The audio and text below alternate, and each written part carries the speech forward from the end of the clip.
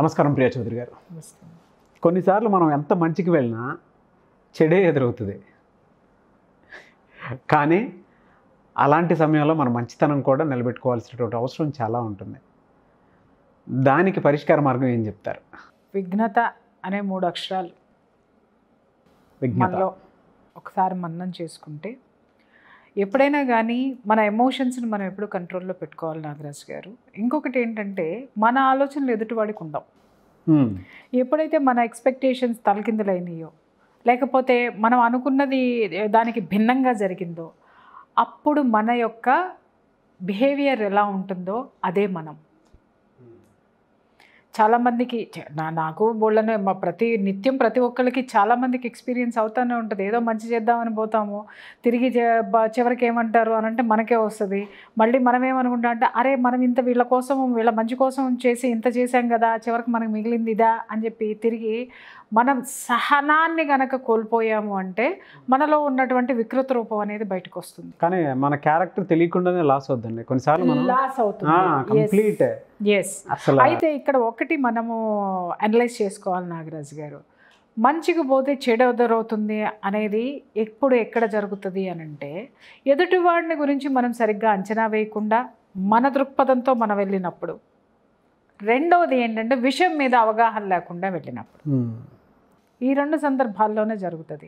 కాబట్టి ఎప్పుడైనా సరే ఇంకొకళ్ళ విషయంలో జోక్యం చేసుకునేటప్పుడైనా కానివ్వండి, ఒక విషయాన్ని నెత్తి మీద వేసుకునేటప్పుడు కానివ్వండి, మనలో ఉన్నటువంటి ఆ శక్తి ఏంటి అని బేరీజు వేసుకున్న తర్వాత మన పెద్దవాళ్ళు ఊరికినే మాట చెప్పలేదు కదా, కీడెంచి మేలించండి అన్నారు. అవును. దీన్ని కొంతమంది దేనికి ఉపయోగిస్తారంటే ఏది మాట్లాడినా చెడే మాట్లాడతారు. దానికి ఇది భలే యాప్ చేసుకుంటారు. కీడెంచి మేలెంచమన్నది దేనికోసము అనంటే ఒకవేళ నువ్వు అక్కడికి వెళ్ళావు అనంటే నీకు కీడు జరిగిందనుకో దానిలో మేలే చూడు అని చెప్పడం ఉద్దేశం తప్ప కీడెంచి మేలెంచు అనగానే అమ్మా నోటితోటి ఎందుకు అట్ట మాట్లాడుతున్నావు అమ్మా ఒరే ఎందుకురా అట్ట మాట్లాడతావు గబాలని అంటే కీడెంచి మేలెంచమన్నారా అంటే మనం ఏం అది అవదలేండి, లేదు మన ఆడంతేలేండి అని దరిద్రుడు అండి వాడు. అరే అట్లా మాట్లాడొద్దు అని మన ఏంటండి అది జరగదు అక్కడ. అయ్యో జరగాలని కోరుకుందామండి, ఏం పోయింది అని అన్నాం అనుకోండి, ఏంటండి కీడెంచి మేలించమన్నారు. అమ్మా ఎందుకట్ట మాట్లాడుతున్నావు, ఊరే ఎందుకట్ట మాట్లాడు, నువ్వు అట్ట మాట్లాడొద్దు, అది ఆ నెగిటివ్ అనేది రిపీట్ అవుద్ది అని మనం వాళ్ళని ఏదన్నా నిలువరించే ప్రయత్నం చేస్తే కీడించి మేలించమన్నారండి. అందుకే అంటే వీళ్ళు ఎప్పుడు కీడు అనేదాన్ని ఒక్కదాన్ని పట్టుకుంటారు తప్ప ఆ పక్కనున్న మేలు అనేదాని గురించి ఆలోచించరు. కీడు ఎంచి మేలు ఎంచు అంటే నువ్వు వెళ్ళేటటువంటి పరిస్థితి నీకు ఒకవేళ ఎగైనెస్ట్గా నీకు నెగిటివ్గా ఒకవేళ వస్తే ఏం జరుగుతుందో ఒకసారి ఆలోచించు. ఆలోచించిన తర్వాత అది కీడు, ఆ కీడు నీకు ఎదురైతే దానిలో మేలు ఎంచుకో, దాంట్లో మంచితనం ఏదైనా ఉందేమో చూసుకో, లేదా పరిస్థితులకి అప్పుడు నువ్వు కొంచెం నీ యొక్క ఆవేశాన్ని కంట్రోల్లో పెట్టుకో. నీ లోపల ఉన్నటువంటి దాన్ని ఏమంటారు అహంభావపూరితమైనటువంటిది కానీ లేకపోతే ఆత్మవిశ్వాసం తక్కువ అవడం కానివ్వండి, లేకపోతే నీ మీద అపనమ్మకం కానివ్వండి, లేకపోతే నీలో విచక్షణ అనేటటువంటిది కోల్పోయి నువ్వు ప్రవర్తించకు అనేటటువంటిది మేలు మాత్రమే. మేలు అంటే థింక్ పాజిటివ్, కీడు జరిగినా థింక్ పాజిటివ్ తోటి వెనక్కిరా అనేది మన పెద్దవాళ్ళు ఏనాడో చెప్పారు.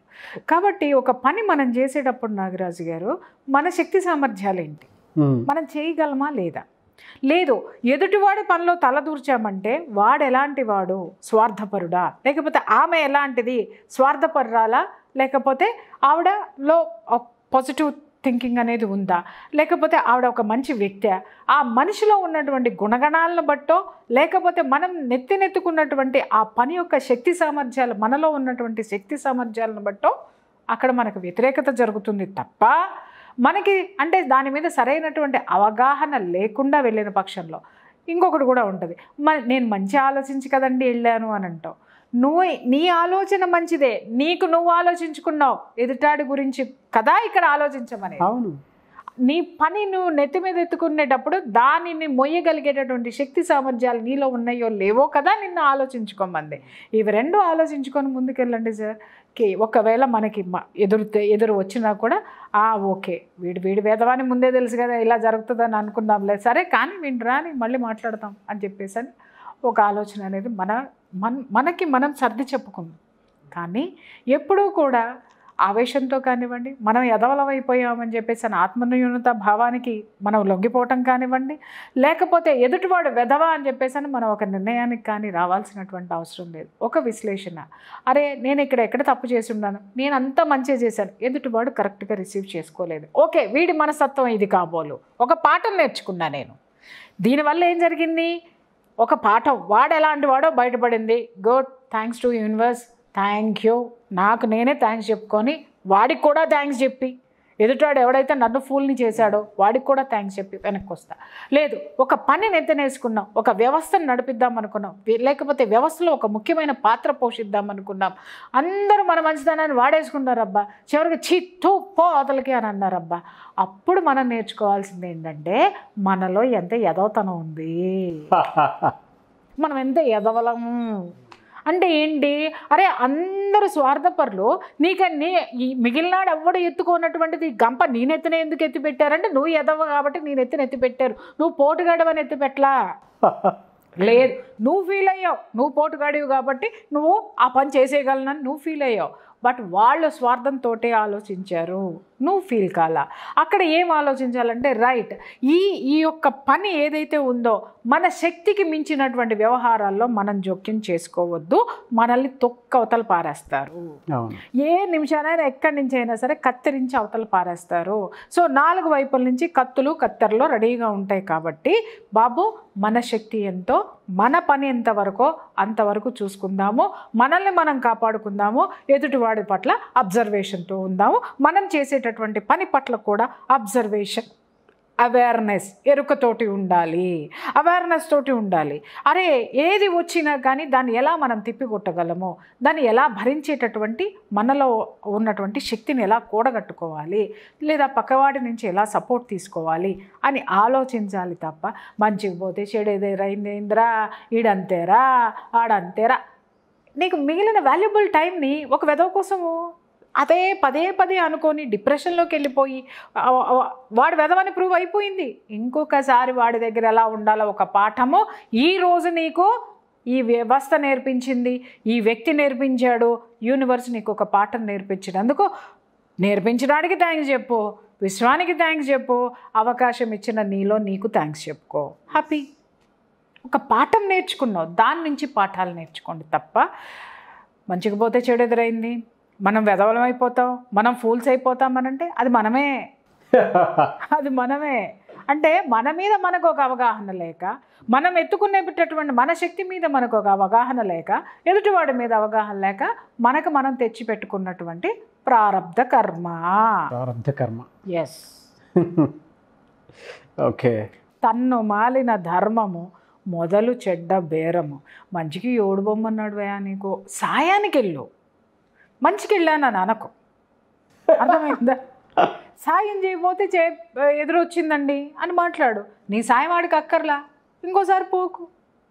లేదండి ఎందుకంటే నేను ఇట్లాంటి చెప్పు దెబ్బలు మస్తు పడి నాకు, కాబట్టి నేను అనుభవంతో చెప్తున్నాను. నేను నన్ను మించినటువంటి పదవులు నిర్వహించేసి, నన్ను మించినటువంటి బరువులు నెత్తనేసేసుకుని 1000 మంది కోసం నేనేదో చేయాలని చెప్తే ఆ 1000 మందిలో నేనంత వెర్ర వెదవనో నాకు అర్థమైపోయిన తర్వాత అప్పుడు నేను నేర్చుకున్నటువంటి పాఠం ఏంటంటే, ప్రియా చౌదరి దూరంగా నించోని చూడు తప్పితే నిప్పును ముట్టుకోవద్దు నాన్న, నెత్తిన పెట్టుకోవద్దు నాన్న అనేది నాకు బాగా అర్థమైంది. అందుకని ఇప్పుడు కెమెరా ముందు కూర్చొని చక్కగా అందరికీ 4 పాఠాలు చెప్తున్నా, మనసుకు సంతృప్తిగా ఉంది.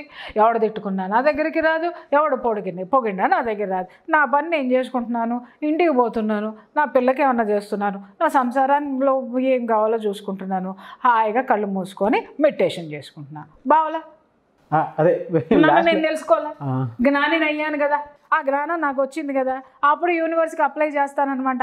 నాయన వీళ్ళందరూ మంచి వాళ్ళే, వాళ్ళల్లో మంచి గుణాలే ఉన్నాయి, ఆ మంచి గుణాలతోటి నన్ను మంచి ఫ్రెండ్గా చూడమని చెప్పు, వాళ్ళ మీద నాకు పగొద్దు, నా మీద వాళ్ళకి పగొద్దు, అందరూ హ్యాపీగా ఉండాలి, ప్రశాంతతనివ్వు, ప్రశాంతత నా ద్వారా ఇవ్వు, వాళ్ళ ద్వారా నాకు ఇవ్వు అనేటటువంటి ఒక గొప్ప సత్యాన్ని నేను వాళ్ళ ద్వారా నేర్చుకున్నాను. మెడిటేషన్లో దాన్ని అప్లై చేసుకున్నాను. బ్రహ్మాండంగా ఉన్నాను. ఇవాళ నాకు ఎవరి మీద కోపము లేదు, ఎవరి మీద పగ లేదు, ఎవరి మీద ద్వేషం లేదు.